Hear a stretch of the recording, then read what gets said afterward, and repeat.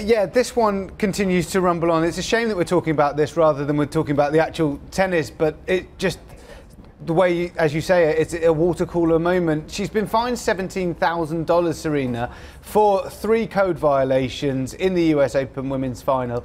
Not going to make too much difference to her. She received about $1.85 million in prize money, but it's not even about the money here. It's about whether or not she has a point, or whether or not the women's game has a wider point to do with sexism within the game and the treatment of people on court. Now, the performance of the chair umpire, Carlos Ramos, is at the centre of all of this. He gave Serena 3 code violations. He's actually drawn praise from other umpires, as you probably would imagine, saying that it was some of the finest umpiring they've ever seen. Wow. But whether or not... Wow. That just shows how controversial it is. This particular one was a man, but a man who's the head of the WTA, Steve Simon. He said that he backs Serena Williams and thinks that she's got absolutely a point, and that's been backed up by Billie Jean King, the former Grand Slam champion. She said that on social media, she says when a woman is emotional, she's hysterical, and she's penalised for it. When a man does the same, he's just outspoken. I think that's kind of goes along the lines of as a lot of the things that people are saying. It's the wording and how people are treated on court.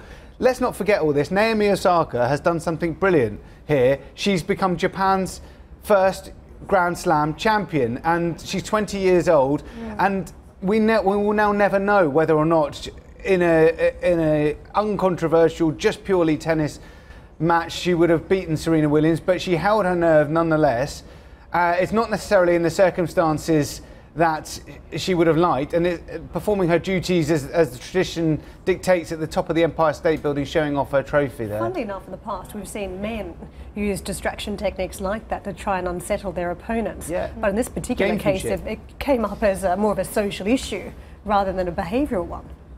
Yeah, absolutely. Well, it's a case of elite athletes will always push the boundaries as far as they can go, whether it's gamesmanship, whether it's trying to distract an opponent. But Serena Williams unequivocally said that she was not cheating. Naomi Osaka stood at the other end, presuming the same thing, and you just never know what's going to happen. And it's still clearly all sinking in for everyone here, because Naomi Osaka, as we saw there, was at the top of the Empire State Building. She's clearly still maybe a bit overawed by the situation, and who can blame her, but it's still sinking in, and she's proud to be a Grand Slam champion, even if it's not quite in the circumstances she would have liked. Still doesn't really feel that real. I think right now what I'm feeling is very tired is the main thing I feel, so hopefully as that wears off, then I'll start feeling more happy.